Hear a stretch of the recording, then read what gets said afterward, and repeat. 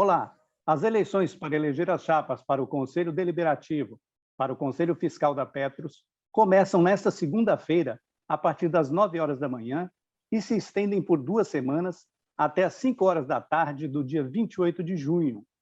O Fórum em Defesa da Petrobras, Petros e AMS, integrado pela Associação dos Engenheiros da Petrobras, Núcleo Bahia, a EPET Bahia, a Associação dos Aposentados e Pensionistas da Bahia, a ASTAP Bahia, e a Associação dos Anistiados Políticos da Petrobras, a Abraspet, apoia a chapa Petros para os Petroleiros e Petroleiras, unidade para continuar a lutar, formada pelo número 41 e 52.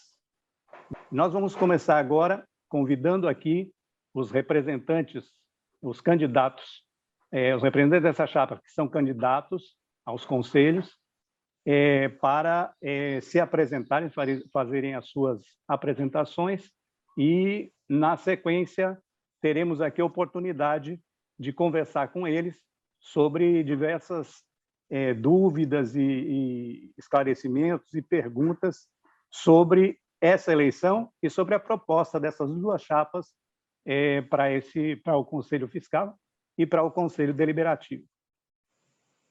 Então, eu queria chamar aqui, inicialmente, Marcos André, que é o candidato a titular para o Conselho Deliberativo da chapa 52. Olá a todos os integrantes aí das associações, das entidades que compõem o Fórum. Um abraço a todos os aposentados e pensionistas da Abraspet, uma saudação muito calorosa aos meus colegas da EPET Bahia, uma grande saudação aí aos companheiros e companheiras da Abraspet. Eu sou advogado, sou contador, e acho que a grande diferença entre nós e todas as outras chapas é que hoje nós compomos e trazemos conosco uma vasta experiência de outros tantos conselheiros que trouxeram a nossa Petros até aqui. A nossa Petros não está ideal, mas ela estaria muito pior se não fosse a participação abnegada, técnica e confiante desses companheiros e companheiras. Para lutar pela nossa Petros, não basta estar no conselho. É preciso estar no conselho, estar na militância, estar nas entidades, estar junto com aqueles e aquelas que dedicam a sua vida todos os dias para construir uma Petros melhor para todos nós, petroleiros, e para todos os outros planos que compõem o sistema Petros. Uma boa tarde a todos e aguardo o debate.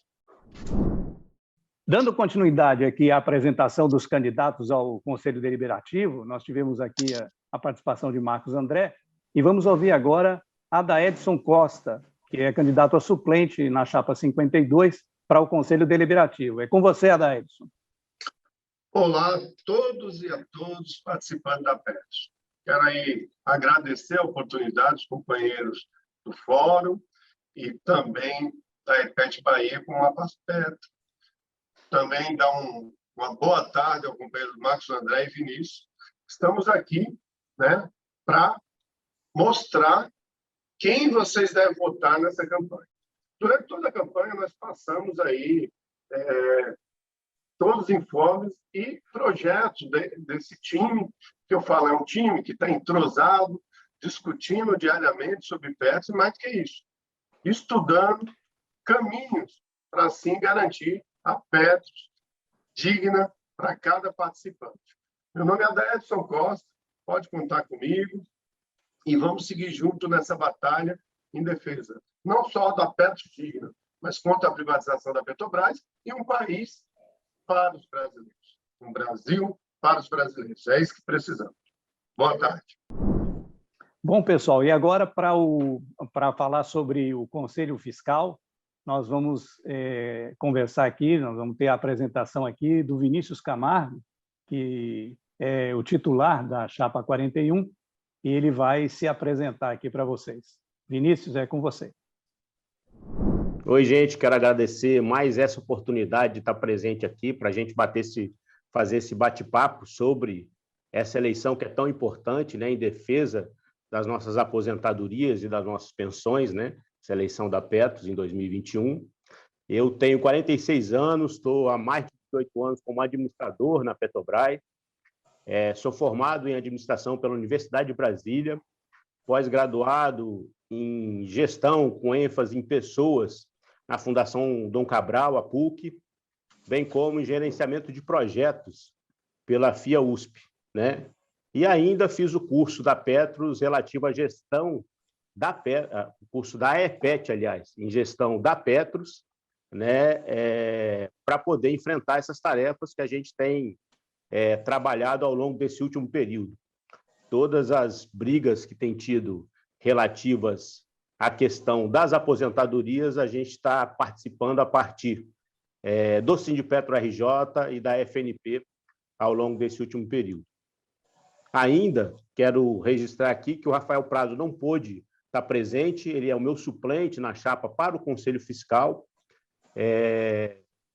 ele é dirigente de São José dos Campos, né? Coordenador do Sindipetro São José dos Campos, e advogado formado e técnico na Petrobras. E também está nesse campo de luta e de independência para poder enfrentar aí as dificuldades que estão colocadas para a nossa categoria e para outros participantes da Petros. Ok, Vinícius. Obrigado aí pela introdução, pela apresentação. Antes de darmos início aqui ao nosso bate-papo e as perguntas e respostas da apresentação de hoje das chapas, nós queremos deixar registrado aqui o nosso respeito a todas as famílias enlutadas que perderam entes queridos vítimas da Covid-19. A nossa solidariedade vai também para as famílias dos petroleiros e petroleiras que morreram vítimas do coronavírus e por essa irresponsabilidade do governo federal, cujo negacionismo produz a tragédia vivenciada hoje no país. Esse mesmo governo que está desmontando a Petrobras e que tem colocado o lucro acima da vida. Bom, dando início, então, à conversa de hoje, vamos aqui colocar a primeira pergunta, né, para os candidatos. O que é que diferencia as chapas 41 e 52 das outras 3 chapas que disputam as eleições da Petros? Primeiro, é fundamental dizermos de que nos complementamos do ponto de vista tanto da representação das entidades, quanto do ponto de vista do acompanhamento técnico. Como é que é isso? Eu sou de uma entidade da EPET Bahia, o Adaedson é o coordenador-geral da FNP. A gente se junta no sentido de organizarmos melhor a luta dos trabalhadores e a nossa intervenção na Petros, tanto do ponto de vista técnico quanto do ponto de vista da representação social, que deve estar presente. Lá, os indivíduos não representam a si mesmos, eles representam, antes de tudo, o conjunto dos participantes e assistidos. Aqueles que se colocam à disposição, mas que não têm por trás de si o suporte das entidades, a participação das entidades, o empenho das entidades, ele, no fundo, representará a si mesmo. E muito mais. Nós temos uma trajetória de luta em defesa dos participantes e assistidos. Todos nos conhecem, porque nos conhecem não da candidatura, mas da luta do dia a dia da categoria. Alguns só se tornam conhecidos agora, porque a vida inteira esteve do lado da empresa, como gestores, como assessores, nunca esteve do lado dos trabalhadores. Outros, entretanto, também são conhecidos, mas, infelizmente, são conhecidos por indicar acordos lesivos à categoria, por indicar a repactuação que hoje transformou a Petros em 5 planos só para a categoria petroleira, dividindo a categoria de uma forma muito difícil de juntarmos para organizar a luta. Essa é uma das diferenças que nós temos. Aqui, congrega-se todos aqueles e aquelas que têm uma trajetória de luta em defesa dos participantes e assistidos e, antes de tudo, de independência em relação à gestão da Petros e em relação aos governos, seja eles quais forem. Quando era o governo do PT, nós tínhamos independência e votamos contra a repactuação. Quando é esse governo, nós somos contra esse governo, porque entendemos que ele destrói a Petrobras, destrói os nossos direitos, destrói a AMS e está tentando também, agora com o projeto do Paulo Guedes, destruir a nossa Petros. Portanto, aqui tem uma tradição de independência com a qual comungamos para construirmos juntos, junto com a categoria petroleira e todos os demais participantes e assistidos do sistema Petros, para construirmos uma Petros cada dia melhor para cada um de nós. Então, há esse retrospecto de independência e luta frente às patrocinadoras e os diferentes governos, né? De fato, nós combatemos o PPV no governo FHC, a repactuação, o pé de assassino, o Petros 3, passando por todos os governos. Tivemos independência em relação à patrocinadora e também ao governo, né? Rejeitamos as contas ao longo dos governos por 16 anos. Temos ação judicial cobrando as dívidas das patrocinadoras há mais de 20 anos, na 18ª Vara do Rio de Janeiro. Temos ações judiciais de responsabilização da Petrobras pelos déficits, né? Não fomos de confiança dos Paulos Roberto da vida, nem somos. E existem chapas que têm gente de confiança do Paulo Roberto, né? Nós não abandonamos nenhum cargo na Petros, né, para tomar posse em cargo na Petrobras. Existem os candidatos que falavam independentes que fizeram esse é o retrospecto das outras chapas, né? Ainda nós não colaboramos com a repactuação ou nos omitimos. Tanto as chapas brancas colocadas como independentes, quanto os companheiros da FUP colaboraram com a repactuação, né? Então, tem todo esse diferencial colocado a partir dos fatos da gestão da Petros, do embate político e técnico por dentro da Petros. Os nossos companheiros rejeitaram as contas durante 16 anos e a gente viu que só por uma oportunidade os companheiros da FUP votaram no Conselho Deliberativo junto com os trabalhadores. Então, nós estamos falando que existem balanços diferentes entre quem está se apresentando nessas eleições, né? E o balanço positivo, que tem resultado também na gestão da Petros, a melhoria da sua governança, se deu pelo trabalho desse campo. E esse campo tem as chapas 41 e 52 colocadas agora para votação. Eu acho que essa é uma pergunta primordial para o início do debate. E, sendo objetivo, o que nos diferencia é que sabemos exatamente quem nós representamos. Não temos dúvidas qual é o objetivo do nosso trabalho. E é você, participante. Isso é o grande diferencial. Mas não podemos nos ater somente a isso. Temos que, sim, entender todas as dificuldades que estão apontadas e que nunca foram tentadas uma objetividade de melhoria, que é, sim, a transparência. Mas que é a transparência? Não adianta discutir Petros se nós não entendemos o que é Petros, o que é um plano de previdência privada complementar.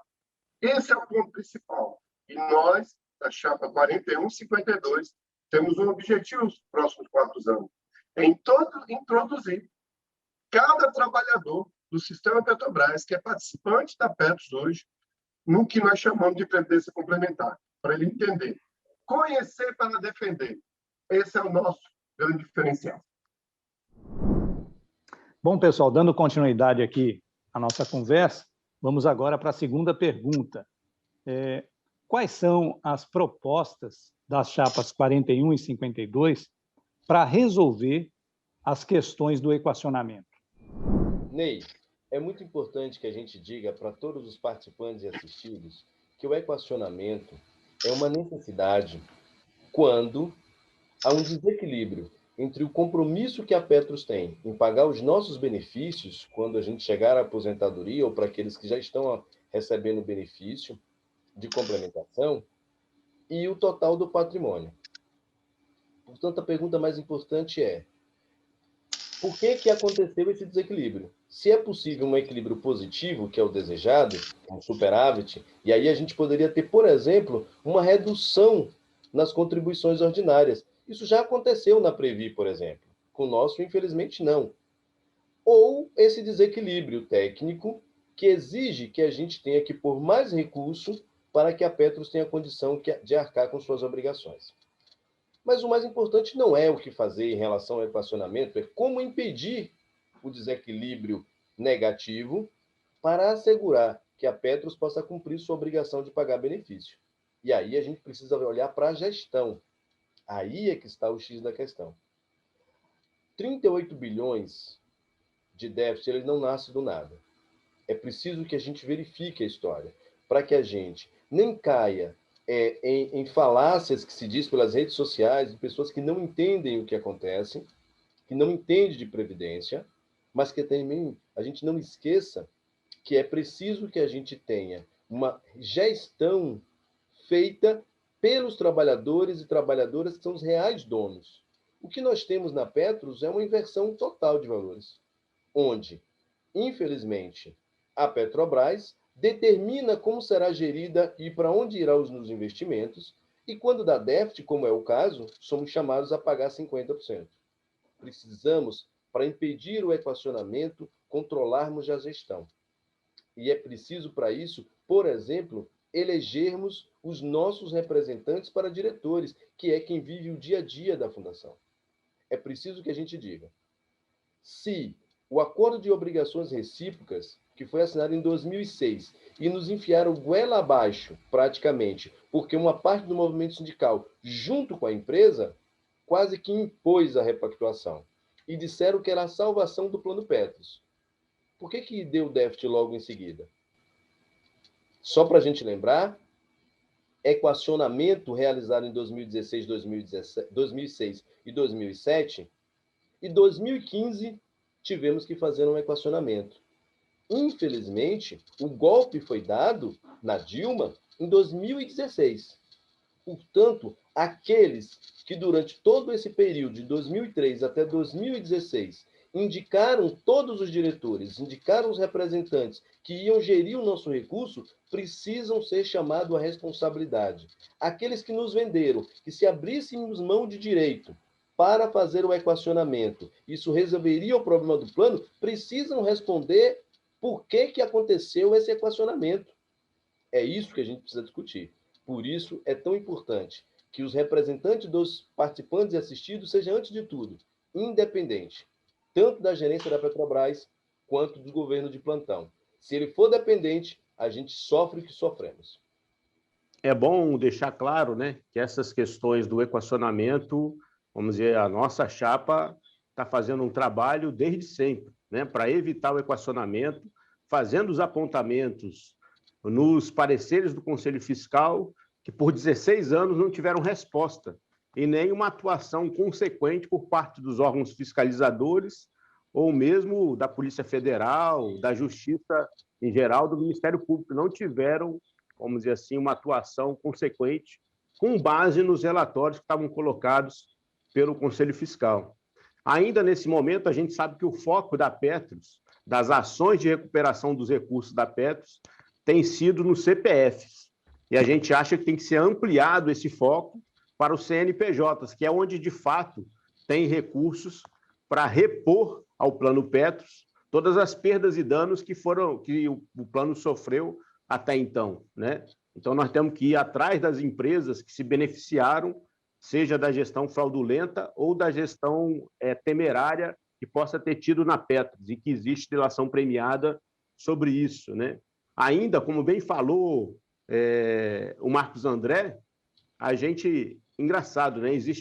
A gente teve a repactuação que prometia que não haveria mais déficit nos planos, né? E a gente está vendo, quem repactuou está pagando o déficit, mas nem o plano, o acordo de obrigações recíprocas, que foi assinado em virtude da repactuação, está sendo cumprido nesse momento. E a gente está tendo que cobrar o cumprimento do acordo de obrigações recíprocas. Nós estamos sofrendo todas as mazelas advindas da repactuação, a divisão da categoria, os ataques estão colocados, o rebaixamento dos benefícios. Mas o que teria de contrapartida da repactuação, nós não estamos tendo no momento. E não estamos tendo por uma decisão política daqueles que assinaram o acordo de obrigações recíprocas e tinham condição de aplicar o acordo dentro da Petros, junto à direção da Petrobras, e não o fizeram. Então, agora nós estamos cobrando que se faça aí a eleição dos dirigentes, que se revise o plano de custeio, para que a gente tenha um plano de fato sustentável. Ainda a gente sabe que, ao longo do último período, tem muitas das coisas que se apontou nos pareceres do Conselho Fiscal, né, falavam do pequeno equacionamento, por exemplo, de família real, que era na casa de alguns milhões. E por leniência da direção da Petros, à época, Agora, do equacionamento último que nós tivemos, era da casa de bilhões e bilhões de reais, esse equacionamento. Então, tem essas responsabilidades que a gente tem cobrado ao longo de todos os últimos anos. E agora que a gente vê alguma reversão e uma consequência de fato com tudo que foi registrado nos pareceres do Conselho Fiscal e naquelas rejeições por 16 anos. Essa pergunta ela tem que ser mais visível, né? Como evitar? Entenda-se que um plano BD ele é passivo do equacionamento. Como evitar esse equacionamento é o ponto-chave. E isso nós já demos resposta. Nós já fizemos um trabalho no presente, olhando o futuro. Porque o NPP, por mais que tenha sido um remédio amargo, ele foi extremamente necessário para se olhar o futuro dos planos BD da Petros. Digo isso por quê? Porque desafiamos a época, que juntamos todas as instituições para debater esse tema tão delicado, e isso já com vários participantes pagando o equacionamento referente a 2015. 13, 2014, 2015. Desafiamos quem não estava nessa linha a propor uma solução, que não seja ações na justiça, porque essa, nós, todas as instituições, entramos. Inclusive, conseguimos liminar, no caso da FNP, por 19 meses. Mas esse não é o ponto-chave. O ponto-chave foi colocar esse remédio amargo e olhar para o futuro. Esse remédio amargo amenizou os pagamentos e derrotamos o PP3, que essa era a grande armadilha do equacionamento. Se hoje estivessem pagando o equacionamento no método que a Petros atropelou no equacionamento de 2015, hoje você não veria uma migração apenas de 2.400, 2.500 participantes do PP3. Você veria a grande massa e a extinção do melhor plano de previdência privada complementar desse país, que é o PERS-PB. E fico alerta. Nós, do PP2, temos que fazer no presente e olhar no futuro. Atuar no presente, olhando o futuro. Essa é a forma mais correta da gente evitar o equacionamento. E para você do PP2, que acha que, olha, eu estou num plano que não tem equacionamento, não se iluda. Ao final da sua vida laboral, você pode ter um bolo cheio, completo, para você ter uma aposentadoria digna, ou você pode ter um bolo com já várias fatias tendo sido perdidas ao longo do tempo. Então, fico alerta. Atuar no presente, olhando o futuro. Essa é a melhor forma de evitar o equacionamento, seja de qualquer que seja o tipo de plano. Agora, eu queria, só complementando, Adaete, dizer mais. Como é que estamos enfrentando para acabar com o equacionamento? E aí, eu queria chamar a cada um dos participantes e assistidos a atenção. Aqueles que não têm o suporte das entidades, jamais pode fazer isso. Nós podemos. Porque tanto a FNP quanto a FENASP já entraram com ações de responsabilização da Petrobras. Porque a Petrobras está na lei. A Lei Complementar 108 diz: o patrocinador tem o dever de fiscalizar e supervisionar. Se tudo isso que aconteceu na Petros é verdade, e estamos pagando a conta, onde estava a Petrobras, que ao invés de indicar os seus representantes para indicar investimentos ruins, não fiscalizou para que não acontecesse com o plano que aconteceu? Portanto, quem não fiscaliza e tem o dever de fiscalizar, assume para si a responsabilidade de indenizar. E é isso que nós queremos, que a Petrobras seja responsabilizada para que ela pague por todos os danos que foram causados na Petros.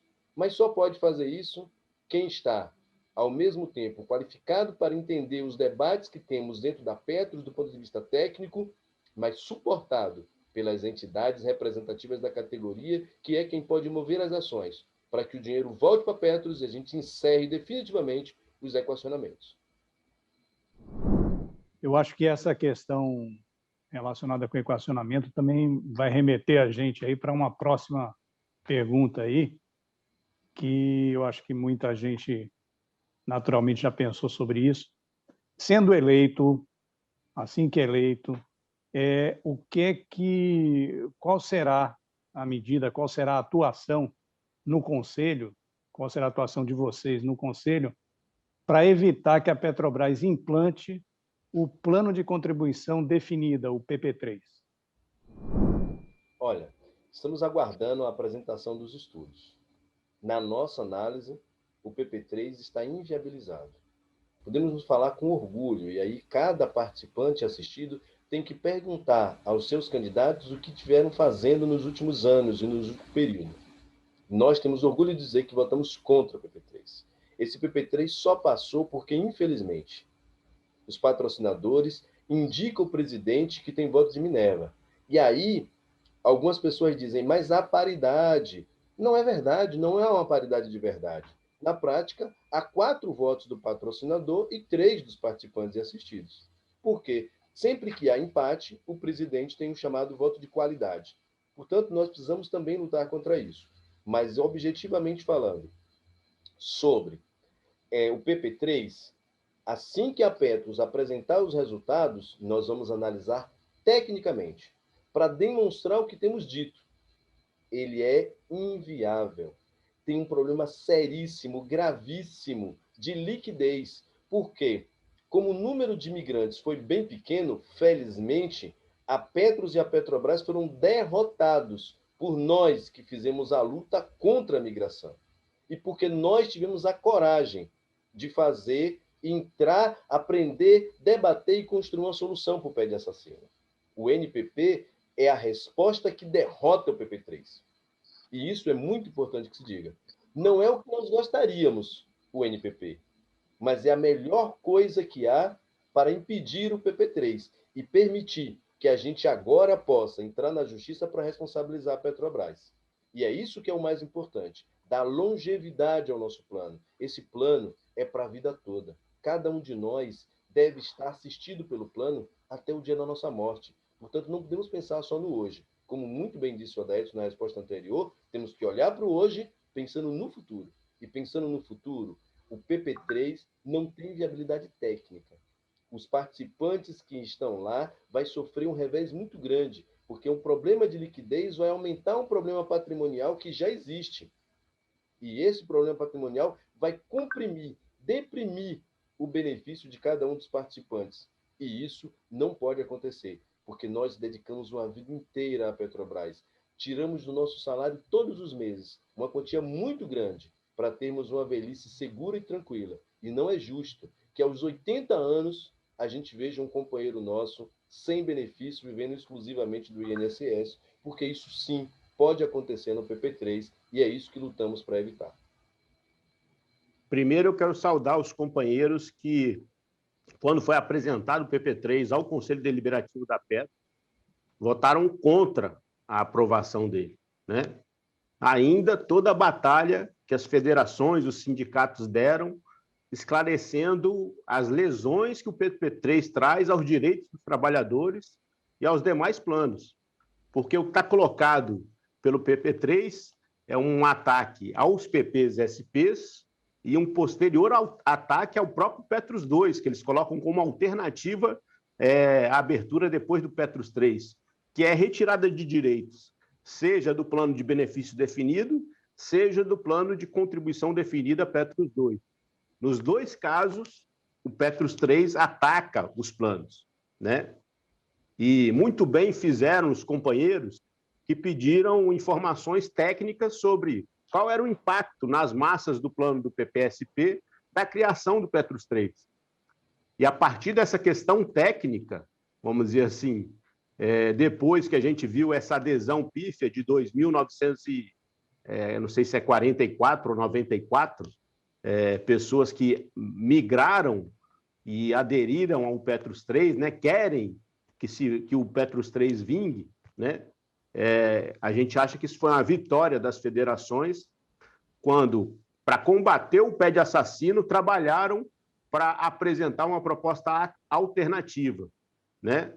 E que ficou conhecida ao final, que a Petros viu como alternativa também, o NPP. E o NPP diminuiu o potencial de quanto eles iam confiscar do benefício de cada um.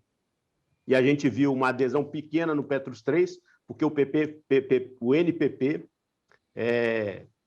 diminuiu o ataque que estava colocado, né? Então, é bastante importante o trabalho que foi feito.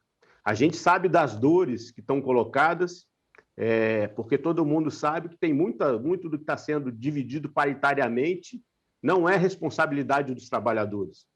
Mas a lei é bastante frouxa, ela permite que se faça isso, que se reconheça um déficit de tal magnitude e a gente, mesmo havendo delação premiada sobre benefícios escusos a algumas partes, né? Até isso está sendo dividido e colocado no colo dos trabalhadores contra os trabalhadores. E nós estamos lutando com as ações judiciais para evitar isso, porque isso é um absurdo do ponto de vista da legalidade também, né?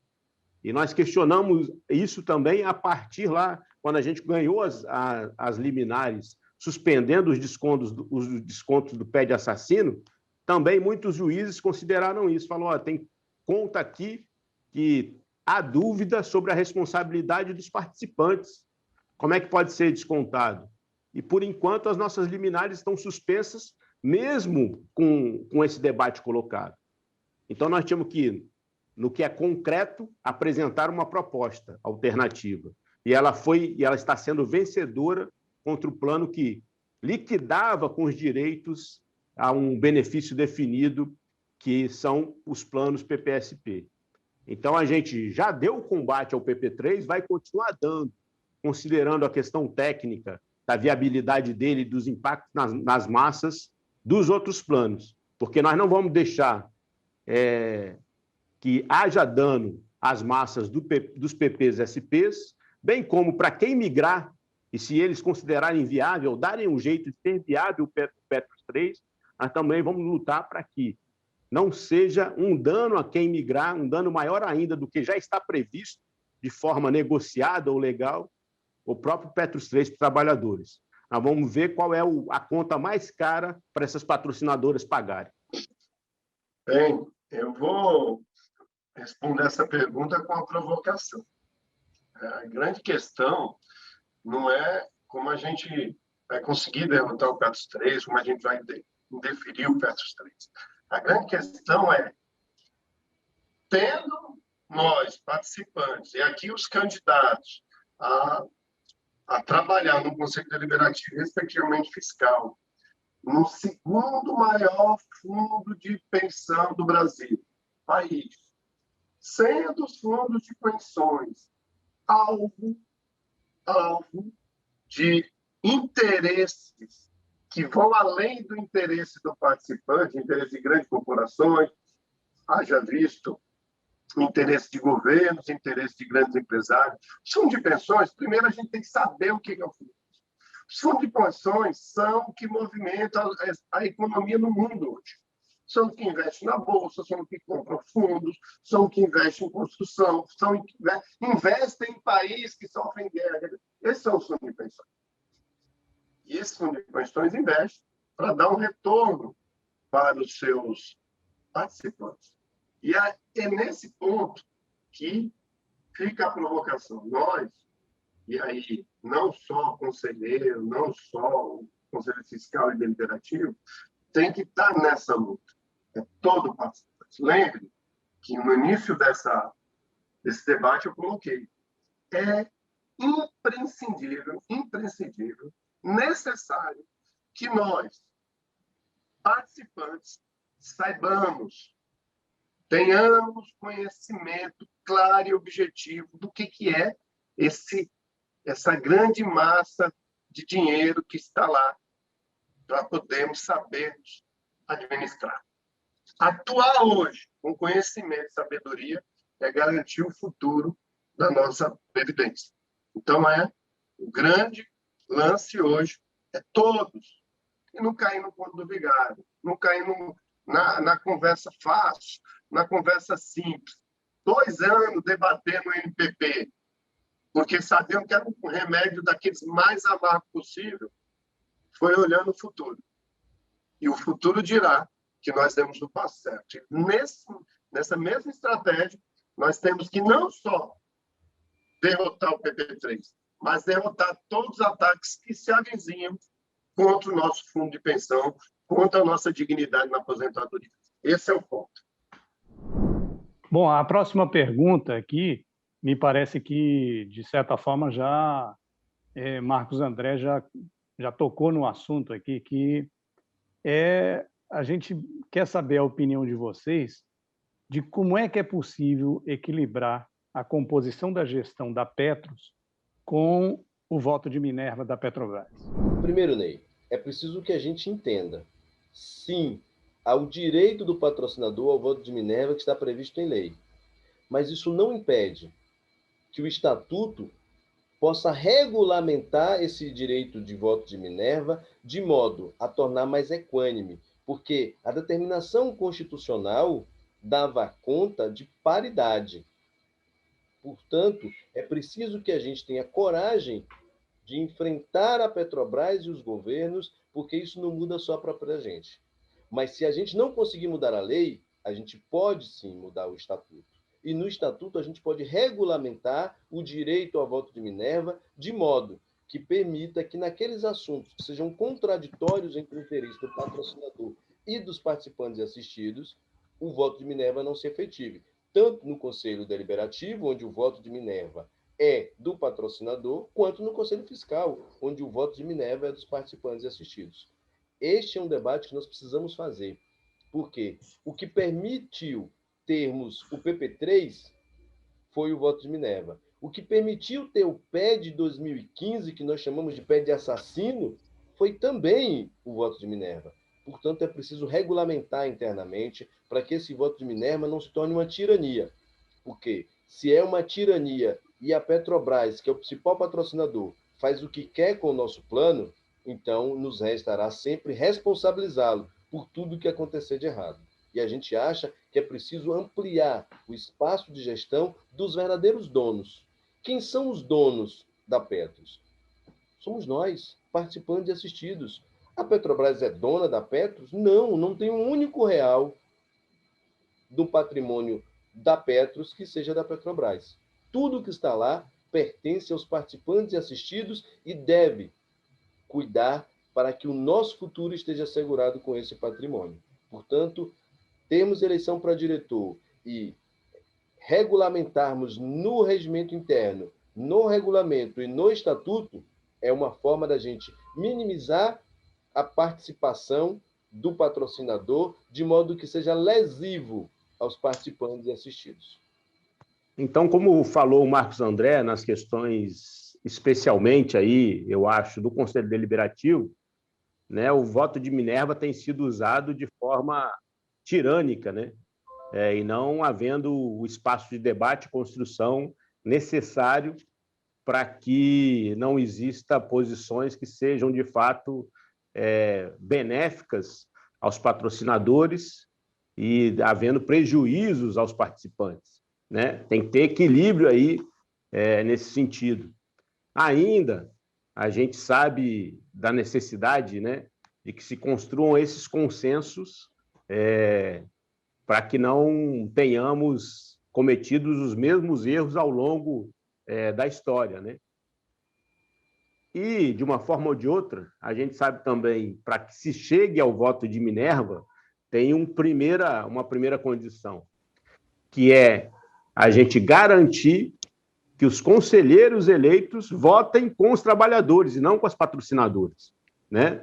Porque a gente sabe do papel que cumpriu ao longo do último período, seja os companheiros da FUP, seja os candidatos eleitos pela chapa branca, que votaram e votam recorrentemente com as patrocinadoras, até mesmo nessas condições, volta e meia, né?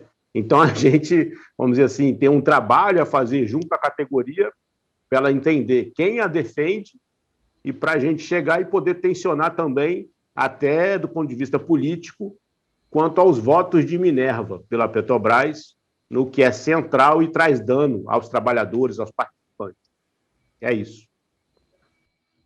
Entender a nossa previdência complementar é primordial para a gente continuar a defesa. A questão da gestão da Petros, e vejam, pessoal, hoje nós contribuímos com 50%, e a Petrobras contribui com 50%. Ou seja, nós temos uma meia-ação aí no patrocínio da Petros, vamos dizer dessa forma. Mas a gestão, nós não temos nada. Nada. Quando eu falo nada, não desmerecendo a função do Conselho Deliberativo e a função do Conselho Fiscal. Isso aqui, o Vinícius e o Marcos André já foram bem taxativos e eloquentes no que falam. Nós precisamos avançar. Precisamos avançar. Não só na questão de acabar com esse voto de Minerva e também acabar com a escolha do presidente do Conselho Deliberativo, ser da patrocinadora. Na realidade, hoje, a legislação já prevê, como também prevê, e aí temos a prever que tem gestores, diretores, que são eleitos pelos trabalhadores. E esse é o caminho.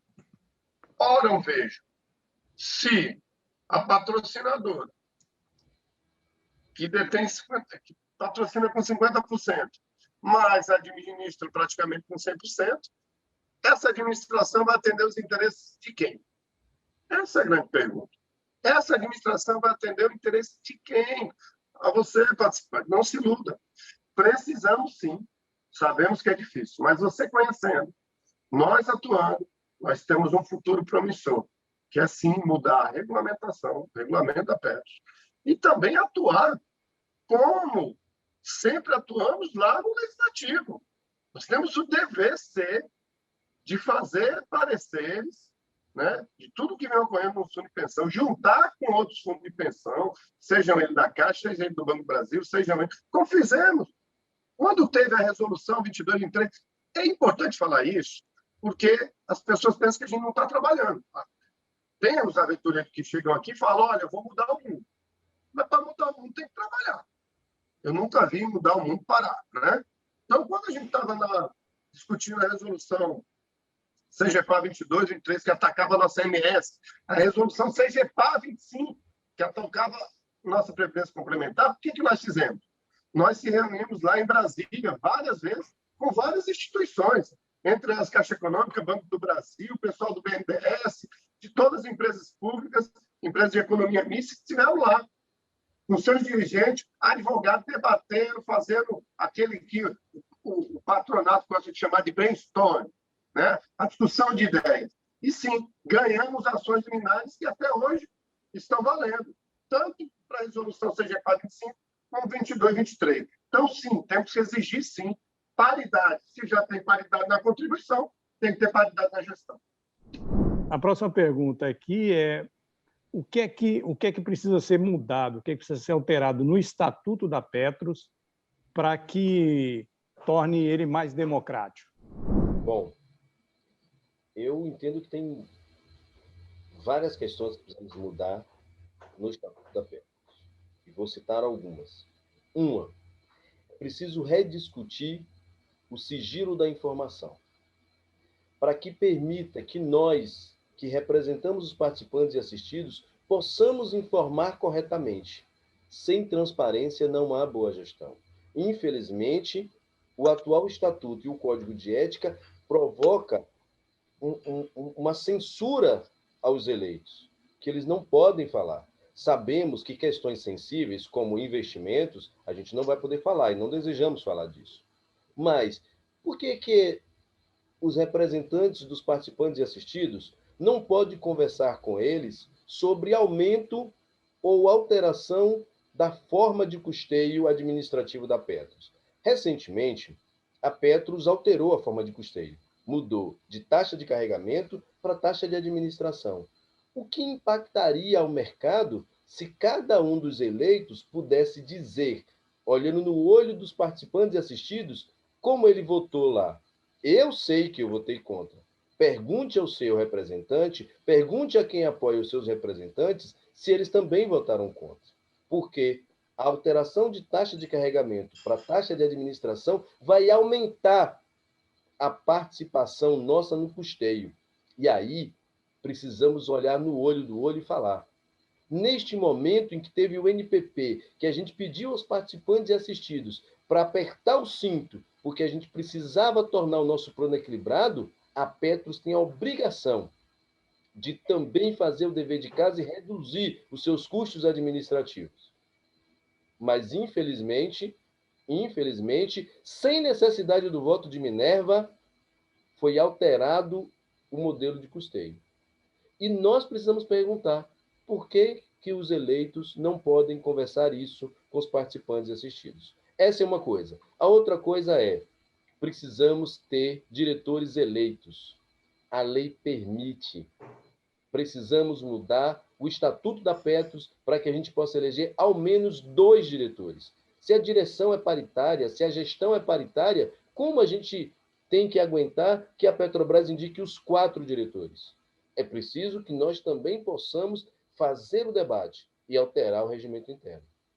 E, por último, o voto de Minerva. O voto de Minerva também precisa ser regulamentado para permitir que a democracia interna dentro da Petros seja de fato e para permitir que a Constituição se cumpra e nos fundos de pensão seja gestão paritária. Hoje, infelizmente, tanto por conta do voto de Minerva, tanto porque a gente não indica, não elege nenhum dos diretores, não há, de verdade, de fato, uma gestão paritária, e essa gestão não paritária nos provocou os prejuízos que provocaram até agora. Portanto, sim, precisamos mudar o estatuto, pelo menos nesses 3 quesitos. Gente, eu acho que a gente já respondeu muito, né, falando da questão da necessidade da paridade da gestão. O Marcos André bem falou de uma limitação sobre sigilo de informação em algumas coisas que são da necessidade da transparência junto aos participantes. E se coloca como sigilo algumas coisas que têm que ser debatido com o participante ao longo do que está sendo discutido também nos conselhos da Petros, né? Ainda, nós estamos falando da necessidade da delimitação do voto de Minerva em alguns casos, não pode ser para todos os casos.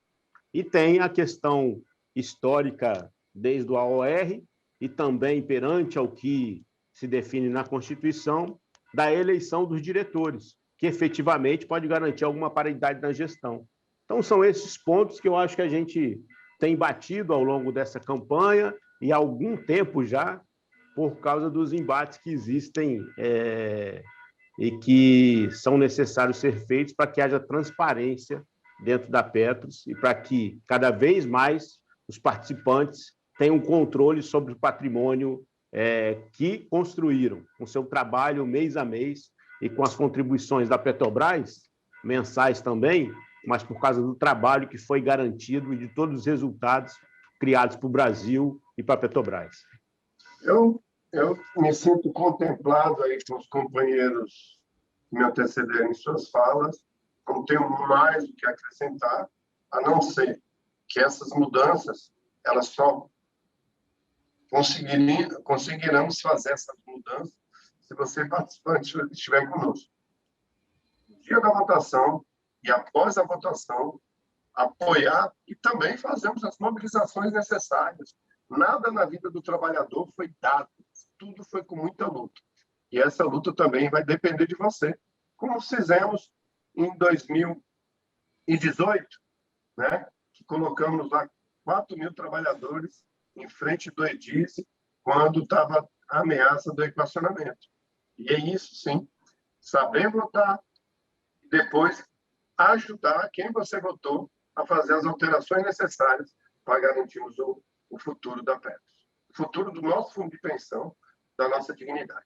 É isso. Bom, a próxima questão aqui, a próxima pergunta, ela traz aqui uma equação para ser resolvida, para ser, vamos dizer, feita pelos candidatos, né? Para que se possa garantir o bem-estar dos beneficiários e, ao mesmo tempo, manter o equilíbrio da Petros, o que que precisa ser modificado no regulamento do plano de benefícios? Vou falar de duas coisas. A primeira, o que é que tem que ser modificado, e a segunda, que não pode ser modificado. O inciso 9 do artigo 48 do plano PPSP está sendo exigido que seja tirado, o que é uma violência. O NPP, a certa medida, também fez isso, quando, na prática, repactuou aqueles que fizeram a opção de não repactuar. Portanto, é preciso preservar o regulamento naquilo que é essencial para garantir os direitos. E precisamos mudá-lo para garantir o equilíbrio técnico de longo prazo. Mas, antes de tudo, o problema não é o regulamento. Precisamos deixar isso claro. Este regulamento, que hoje alguns falam mal, outros que culpam os movimentos sindicais, os movimentos sociais, as federações que defenderam o NPP, é um regulamento que nos permite ter o plano Petros PPSP, porque senão estaríamos todos no Petros 3. Provavelmente, e aí é preciso que se diga olhando nos olhos, quando você diz, e nós nos impomos essa obrigação e demonstramos isso no NPP, quando você diz, isso está errado, você tem que propor qual é o certo. Tem que perguntar para quem diz que nós traímos os trabalhadores aprovando o NPP, o que é que ele está defendendo. Por quê? Quando foi aprovado o NPP, as liminares todas tinham caído. Estava defendendo que os trabalhadores pagassem o pé de assassino? O pé de assassino que teria um irmão gêmeo. O pé de assassino 2018. Era isso que estava sendo defendido? Porque nós temos a consciência tranquila de que, mesmo compreendendo que significava um retrocesso o NPP, sabíamos que sem ele perderíamos o plano. E é melhor termos o plano como ele está, podendo agora lutarmos para que a Petrobras assuma as responsabilidades, do que perder o plano para o Petros 3. E tem que perguntar também, qual das entidades e qual das pessoas que hoje são candidatos tem ações para responsabilizar a Petrobras pelos desmandos que teve na Petros? Apenas a FNP e a FENASP. Tem que perguntar, porque não adianta as pessoas descerem como salvadores da pátria depois de ter passado anos e anos como assessor de um diretor que foi preso pela Lava Jato. Aí não dá. É preciso ter coerência. E eu perguntaria, se alguém votaria, pergunto para você, participante, para você assistido, você confiaria em mim se eu, durante toda a minha carreira, tivesse sido gerente e assessorado um diretor preso na Lava Jato e dissesse que não vi nada, não sei de nada? Que garantia você terá que eu, que nunca vi nada, agora vou ver? Se eu não vi quando eu era assessor de alguém preso, como eu vou ver no exercício do mandato? É difícil pensar. É difícil acreditar que isso vai mudar. Mas as pessoas descem do céu, criticam a todos como se eles não estivessem na Terra na hora que as coisas erradas aconteceram. E aí é de se perguntar, vem cá, fulano, tudo bem, você tem razão, está tudo errado. E onde você estava? O que você fez para ser diferente? Estava lá assessorando aqueles que estavam roubando a Petrobras? É isso mesmo?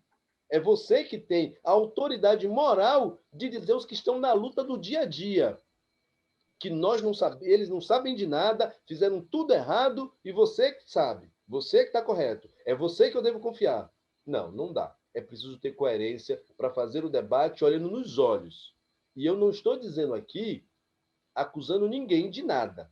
Só estou dizendo que se eu fosse um dos assessores de alguém preso pela Lava Jato, eu não me colocaria à disposição, porque acho que eu não seria de confiança dos trabalhadores, dos participantes assíduos, que já sofrem tanto e sofreu tanto com problemas, inclusive muitos problemas investigados na Lava Jato e na Greenfield, foi que causou o PED. Portanto, acho que aqueles que causaram esse dano não têm autoridade moral para vir agora, descido do céu, porque durante todo o nosso tempo na Terra, eles nunca apareceram para dizer as verdades do mundo. Gente, a gente já respondeu um pouco para a questão do regulamento, né? da necessidade de fato, poder influenciar numa gestão paritária, né? Então, tem essa questão e as questões do sigilo que a gente colocou anteriormente. Mas não é só isso, né? Não é só essa questão do ajuste do regulamento, mas também da legislação que é frouxa, né? A gente viu que, de uma hora para outra, a gestão da Petros reconheceu um déficit, no primeiro momento, acho de 27 bilhões, 27,7 bilhões, e depois, em 2018, complementando 38 bilhões, e submeteu ao desconto paritário, sem sequer ter cobrado antes as responsabilidades das patrocinadoras, né, e daquelas empresas terceiros que lesaram o patrimônio da Petros, o que a gente sabe que é uma injustiça atroz. Mas essa é a legislação vigente. Eles permitem isso nessa legislação. Então, nós estamos falando que tem um trabalho, e a gente citou na pergunta anterior, que é bastante amplo, né? E um trabalho político de mobilização da categoria para poder responder a essas necessidades de mudança nos regulamentos e mudança na legislação, né? Então, é importante, é um trabalho mais amplo ainda do que só alguns ajustes no nosso regulamento, tá certo? É isso. Você, participante, tem que ter clareza. Não existe fórmula mágica, não existe simplicidade, não existe facilidade. Nós estamos falando de previdência complementar, estamos falando de fundos de pensão complexos que saltam aos olhos de muitos interesses. Não tem vida fácil para a gente manter esse fundo de pensão equilibrado. Para se manter esse fundo equilibrado, nós vamos ter que fazer um esforço. E aquilo que eu venho falando desde o início do debate, atuar no presente, olhando no futuro. Veja, hoje nós temos, entre os conselheiros e as instituições, um grupo com atuários, com consultores atuários, contábeis, para prestar o suporte para as instituições e para os conselheiros? Não temos. Nós vamos ter que pensar em investir nisso. Investir numa qualidade de, além de formar, e esse é o grande debate que eu venho fazendo com os companheiros do PP2. Não, gente, não se iludam. Não dá para se vender receita de maionese aqui no fundo de pensão. São muitas variáveis que envolvem, não é somente o regulamento. E os investimentos? E os interesses políticos? E os interesses legislativos? E os lobbies das pessoas interessadas, como o Guedes está fazendo em abocanhar o fundo de pensão? E as mudanças das tabelas de mortalidade? A economia do país? São todas essas variáveis que influenciam diretamente no quanto você tem lá no futuro. Então, não dá. E aí, eu estou sendo muito honesto com você, participante. Pedir o seu voto não é apenas do dia 14 a 28 teclar no 4152. Nós estamos pedindo um trabalho coletivo e conjunto, que vai necessitar investimento, vai necessitar formação. Com isso, nós vamos trazer confiabilidade para você, participante, de que se, no futuro, houver algum dano, esse dano foi mitigado ao longo das ações que nós fizemos coletivamente.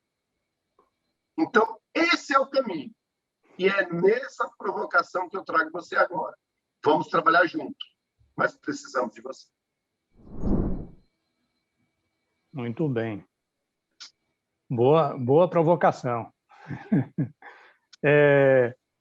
Eu acho que a próxima pergunta tem a ver com tudo isso que já foi discutido aqui, mas introduz uma questão nova, né, nessa nossa conversa. Justamente sobre a questão de investimentos, né, de aplicações. Qual é a proposta da chapa 41 e 52 para promover melhoria na administração dessas questões, aplicações e investimentos do plano? Um plano de previdência, ele tem dois polos. Um ativo, que é o patrimônio que pode ser investido, e o passivo, que é o comprometimento da instituição com os benefícios futuros. É preciso fazer uma boa gestão do passivo, assegurando que esse passivo vai crescer nas mesmas condições que o ativo, porque senão haverá desequilíbrio. Quanto aos investimentos, nós não podemos dizer qual é o modelo de investimento adequado para a Petros, por uma razão muito simples. Só para os petroleiros, são 5 fundos. Ao todo, ela gera 42 planos de previdência. Eles são muito distintos entre si. São distintos porque são BDs, são CVs, como o Petros 2, são benefício definido.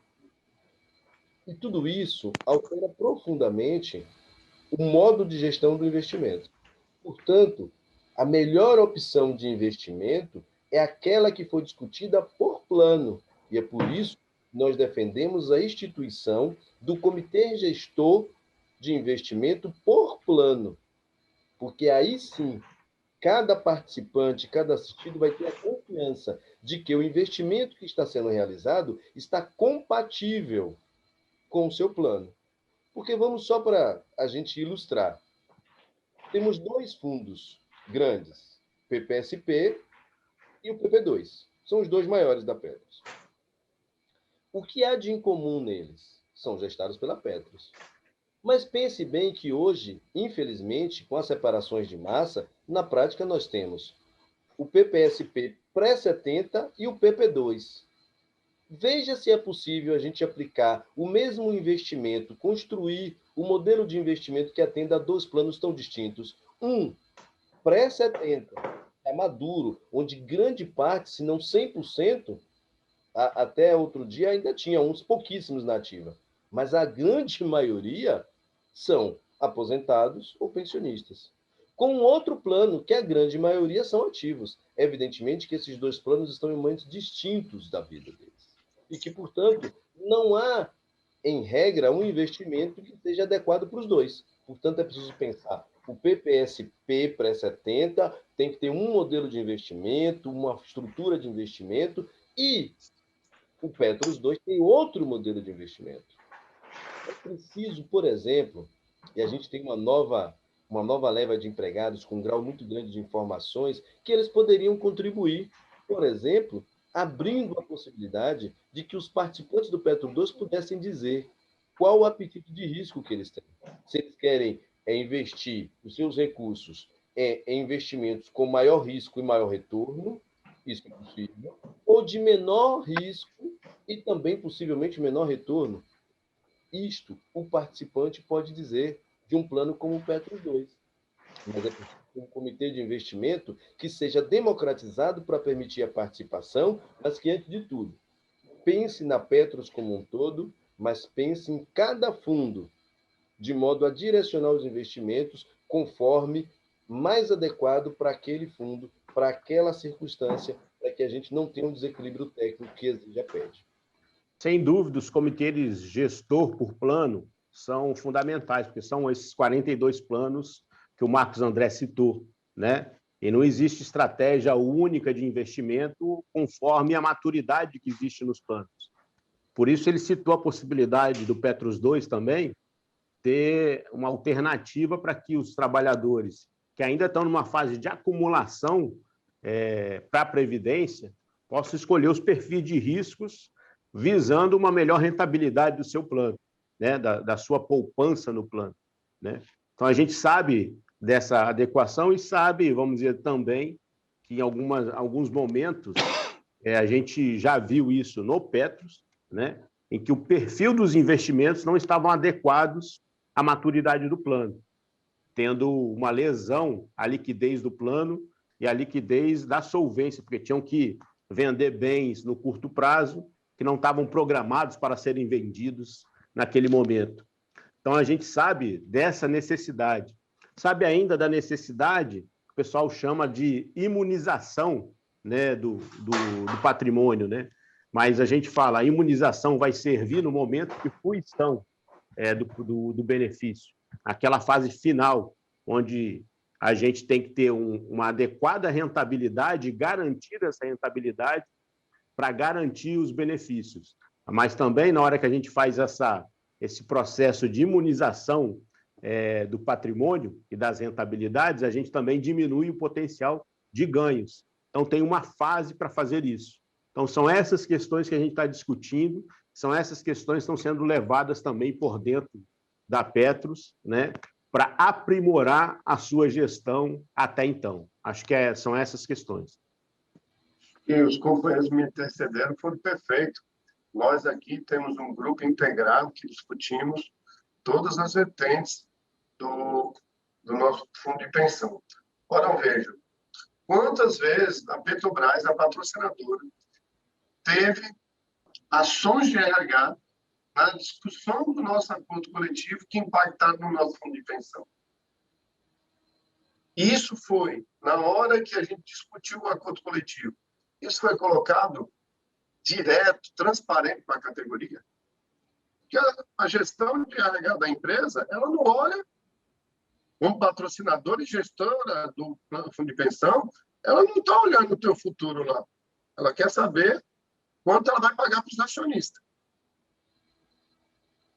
E aí, podemos citar os avanços de níveis, 2004, 2005, 2006, que impactou, e a patrocinadora ainda não ressarciu o plano PEP.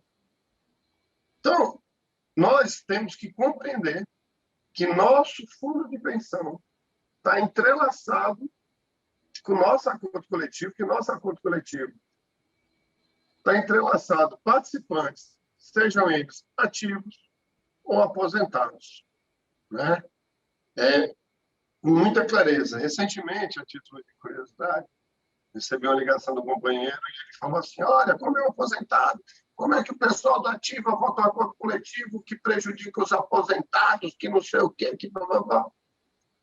E aí, né, tudo é questão de conhecimento. Eu falei, companheiro, concordo que esse acordo coletivo assinado, que não é assinado apenas pelo pessoal da Ativa, mas quem assina também é o pessoal aposentado, eles foi assinado e prejudicou realmente os aposentados, como também prejudicou os ativos. Porém, qual a garantia? Onde está a garantia dos aposentados? Tanto no respectivo AMS, como também a cláusula que impacta diretamente no nosso fundo de pensão. Está lá dentro do acordo coletivo. Então, está tudo interligado e a gente não faz essa discussão necessária de quando a Petrobras tiver uma cláusula, que essa cláusula pode ter impacto futuro na Petros, pode causar um déficit, isso tem que ser debatido antes de assinar um acordo coletivo. Ou tem que ficar claro que a Petrobras vai ressarcir o fundo de pensão. É essa integração que a gente tem que entender para começar a fazer agora, para no futuro, a gente, como sempre falei, um plano de previdência, BD, ele é passivo, como o nosso agora, que é o PP2, que é CV, eles são passíveis, sim. Né? Um diretamente de ter o déficit e o outro indiretamente. Indiretamente, porque a pessoa vai, ao longo dos anos, assimilando esse déficit, não vai perceber lá como vai receber. Né? É hoje, é mudar o modo como a gente vê nossa MS, mudar o modo como a gente vê nosso fundo de pensão. Eu, quando entrei na Petrobras, escutei vários companheiros falando assim, o dia que sair déficit, a Petrobras paga. Mas o mundo muda. O mundo gira e, às vezes, ele capota ou ele vira terra plana. Queria só complementar, Edson, porque eu falei que tem a gestão do passivo e do ativo. E aí é que eu acho que é importante a gente pensar para responsabilizar a Petrobras. Veja bem, ontem eu estava numa palestra falando sobre Petros e um companheiro disse, eu fui obrigado a sair da Petrobras, eu não queria sair. Tenho certeza que vocês encontraram vários trabalhadores dizendo isso. Que eles terminaram por antecipar a aposentadoria por causa tanto de um RH que faz um processo de gestão extremamente opressor nos últimos períodos, tanto porque incentivos são dados para que os empregados antecipem a sua aposentadoria. Ora, a antecipação de benefício não causa déficit ao plano? É claro que causa. Quantos trabalhadores que se aposentaram agora trabalhariam mais talvez 5, 6, 7, 10 anos contribuindo para o plano sem receber benefício, mas que foram praticamente enxotados da Petrobras para causar déficit no nosso plano? Portanto, é preciso fazer a gestão adequada.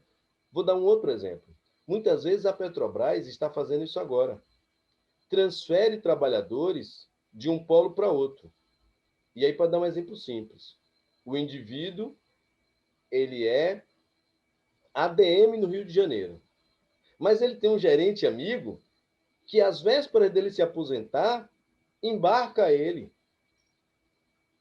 E a Petrobras não faz a complementação, porque a gestão do passivo tinha que dizer, a Petrobras pode fazer isso? Pode, claro, é a gestão do RH dela, mas isso vai ter que ser calculado para verificar quanto a Petrobras vai ter que complementar para que ela possa fazer isso.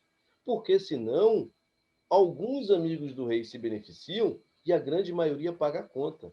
Eu acho que a gente precisa pensar nisso, para que a gente faça a gestão correta do ativo, como fazer os melhores investimentos para dar os resultados necessários para pagar os benefícios.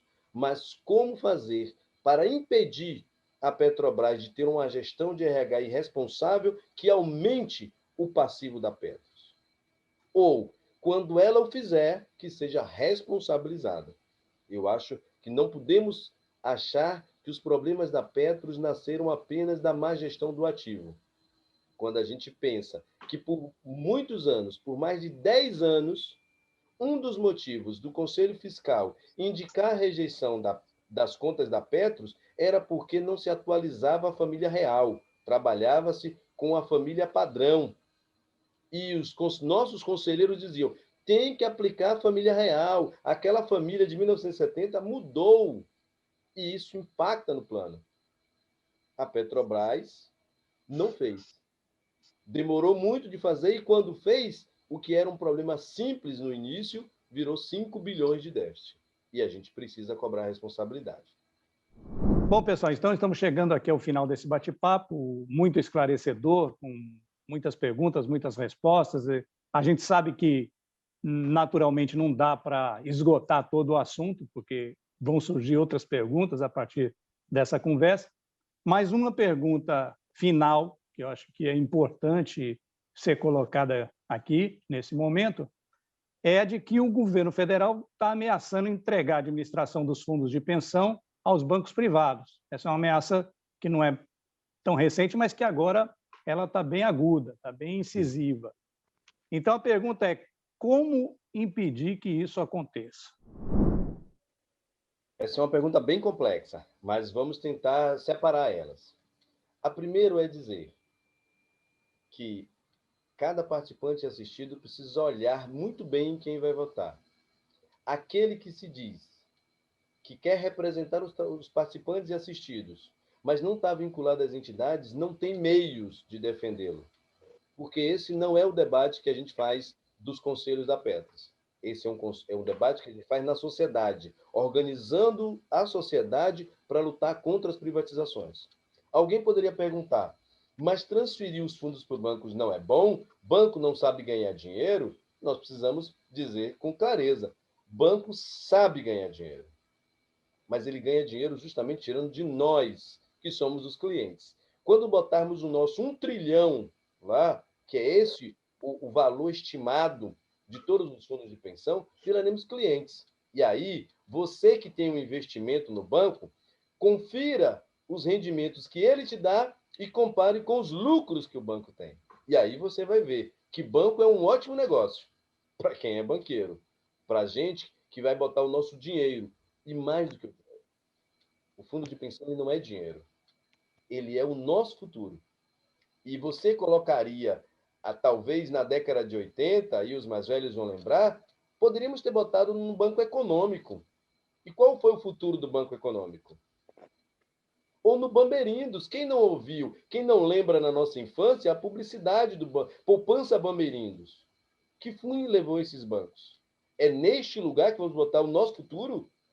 Você, participante, que tem hoje mais de 60 anos, se o seu dinheiro tivesse sido colocado no Banco Econômico, você hoje estaria vivendo apenas do INSS. É isso que nós queremos? E aí eu tenho que tocar num outro assunto muito rapidamente. A BR Distribuidora, absurdamente vendida, privatizada, já está dando os resultados. E os resultados são perdas de direitos. Sem discutir com a Petros, apresentou um novo modelo de plano para todos migrarem, inclusive os nossos colegas de PP2, porque nós somos do PP2. E eles vão ser incentivados. Ah, mas é voluntária a transferência. Eu também acho que é voluntária, está escrito que é voluntária. Precisa-se saber qual é a consequência de não aderir, porque lá, agora, infelizmente, é uma empresa que pensa absolutamente no lucro, não pensa no Brasil, não pensa nos seus empregados. E é essa a consequência.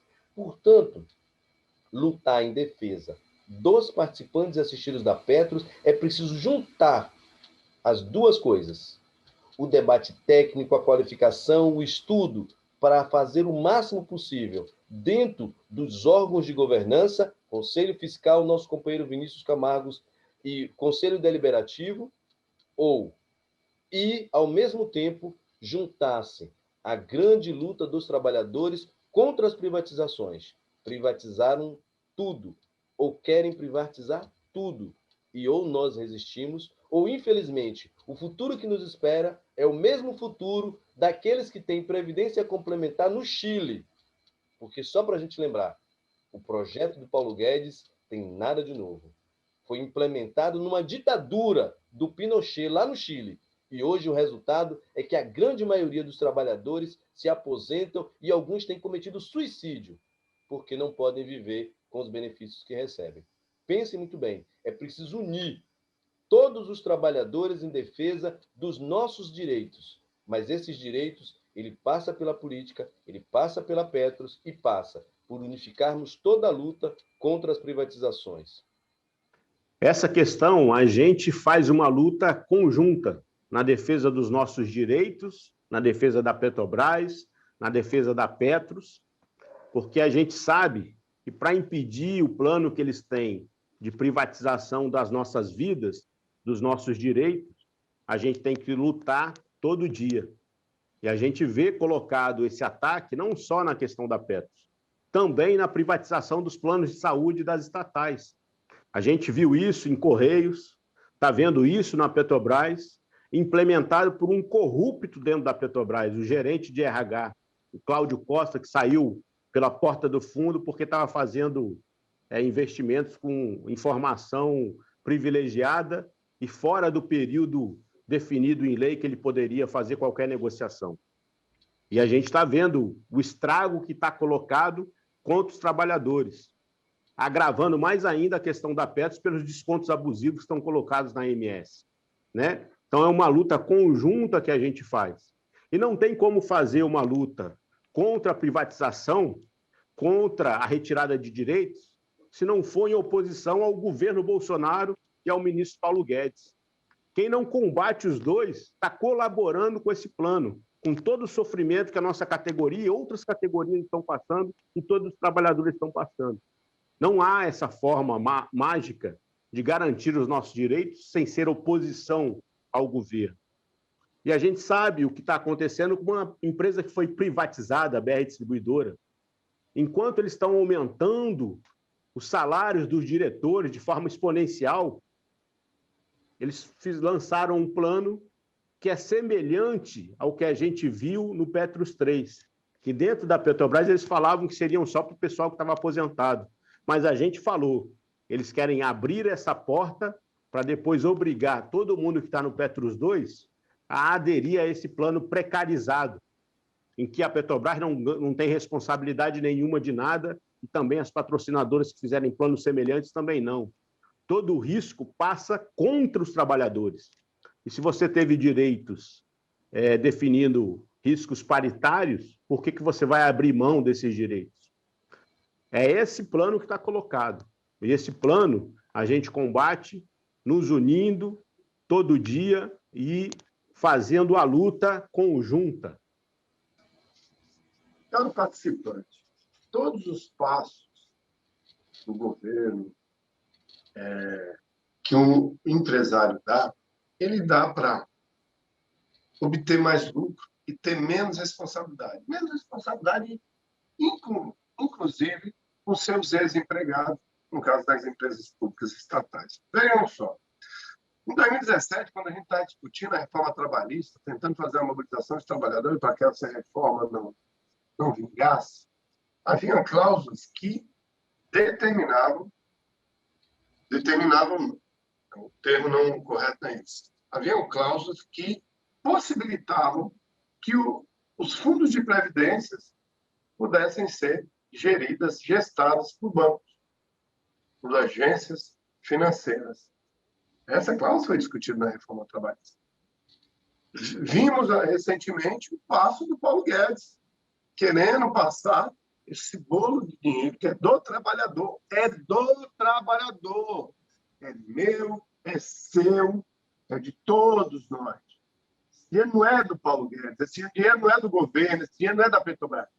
Mas, na entrada, ele quer possibilitar para que os bancos administrem. Ora, nós estamos falando aí de bilhões e bilhões, a qual banco vai estar lá com toda a estrutura, administrando e ganhando lá seu entre 1,5% e 2,5% que eles cobram para administrar, que é uma chamada taxa administrativa.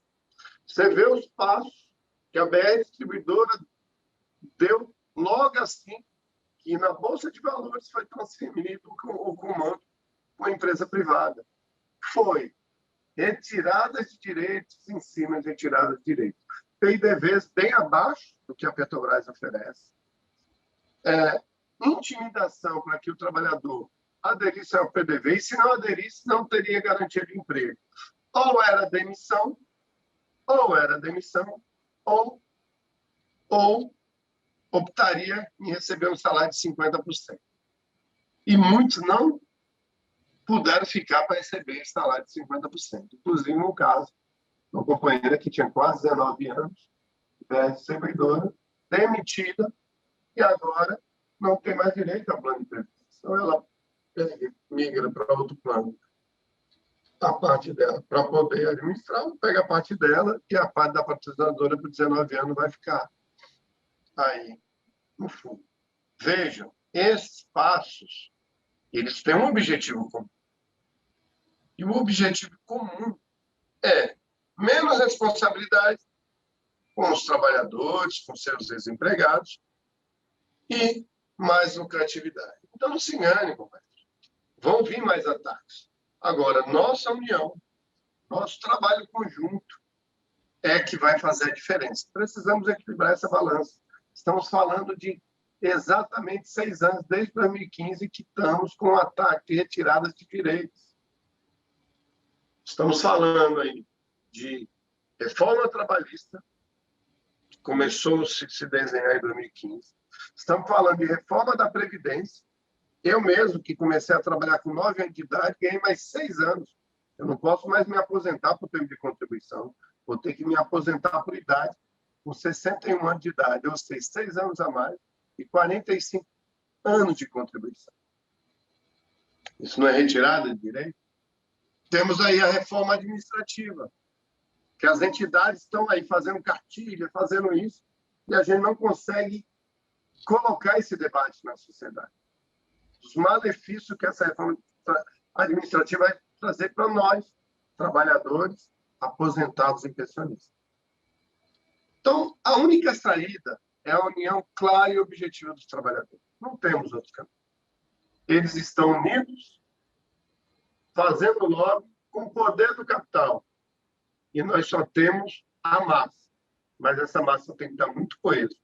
E isso que vai fazer, não só a gente manter os nossos direitos e derrubar todas essas arrancadas contra o nosso plano de previdência, como também avançar nos direitos trabalhistas e, principalmente, nos direitos de aposentado e pensionista que ano a ano está se minguando. É isso. Esse é o caminho, não tem outro. Essa parte do nosso bate-papo, das perguntas, a gente então terminou por aqui. E, naturalmente, depois de tanta conversa, tanto esclarecimento, é natural que as pessoas queiram deixar um recadinho final, uma mensagenzinha, uma consideração final. Então, eu vou pedir para que os participantes agora façam isso, deixem a sua mensagem final, seu recadinho. Bem, participantes, esperamos que com esse debate a gente tenha esclarecido as principais dúvidas, se não as essenciais, porque o debate não é simples, é complexo e demanda, sim, esse tempo para tentar elucidar e esclarecer. Mas eu peço para você, voto no 41 e 52. Não simplesmente pelo desejo de participar de um conselho deliberativo fiscal, mas porque, sim, esses companheiros que aqui montaram essa chapa são os companheiros que estão lutando e vão dar continuidade ao trabalho de outros companheiros que prestam o suporte para esses companheiros aqui. Então, nossa luta é conjunta com os que têm expertise, conjunta com os que estão agora aprendendo e com você, participante. Você sim, é o verdadeiro objetivo das duas chapas. Nós não temos nenhum outro objetivo a não defender o nosso interesse e o seu interesse. E o nosso interesse é ter uma previdência complementar digna para todos os petroleiros. Muito obrigado pela oportunidade de estar conversando diretamente com você.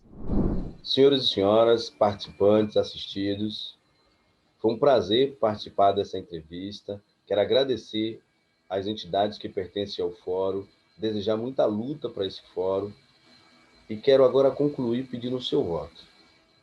Porque nesta hora em que você tem que decidir, é preciso que algumas coisas contem na balança. Essa chapa significa a renovação da representação na Petros. Somos nós que estamos herdando de companheiros como Silvio Cinedino, companheiros como o Ronaldo Tedesco, o Fernando Siqueira, o Paulo Brandão, que tem uma vida inteira dedicada. E agora, bebendo dessas experiências, mas também trazendo coisas novas, renovando, trazendo sangue novo, nós nos colocamos à sua disposição. Para dizer que o grande diferencial que você precisa levar em consideração é quem é que tem uma história, uma vida dedicada à defesa dos direitos dos trabalhadores, que depois se tornarão os assistidos do Plano Petros. Quem é que está na luta dia a dia para combater o pé de assassino e construir opções para que a Petrobras pague todo o mal que foi feito a Petros, que causou o déficit, que causou o PED? Quem é que está na luta contra a precarização e a exclusão de muitos dos nossos aposentados da MS? Nós estamos colocando não os nossos nomes à disposição, mas a nossa história de vida, dedicada à luta dos trabalhadores, à sua disposição, para que você escolha aqueles que foram contra o PPV, mas também foram contra a repactuação, que mantiveram coerência ao longo da sua história, não se atrelando a nenhum governo, não importa qual, e que tem uma experiência de lutar pelo seu direito junto contigo, e que nunca colocou-se à disposição para assessorar os gerentes da Petrobras, que por mais que conheçamos, e muitos são trabalhadores como nós, mas que infelizmente muitos fazem a opção pela empresa contra os nossos direitos. Pedimos o seu voto, a sua militância, o seu comprometimento, para que esta vitória não seja nossa, minha, do Adaete, do Vinícius, mas que seja, antes de tudo, a vitória daqueles que vão continuar construindo a unidade para garantir a luta e garantir os nossos direitos. Muito obrigado. Agora, ao final, eu quero agradecer ao fórum, pela oportunidade da gente bater esse papo, muito importante sobre um tema fundamental da gente defender a aposentadoria digna aos trabalhadores, né? E que, nesse momento, vem sendo amplamente atacada.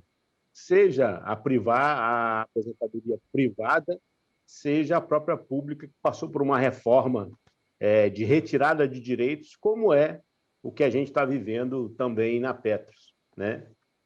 Então, é bastante importante o debate e nós estamos tendo essa oportunidade de, mais uma vez, conversar sobre o histórico que existe de luta na nossa categoria e de quem tem esse histórico, de quem lutou lá contra o PPV, lutou contra a repactuação, lutou contra o Petros 3, né?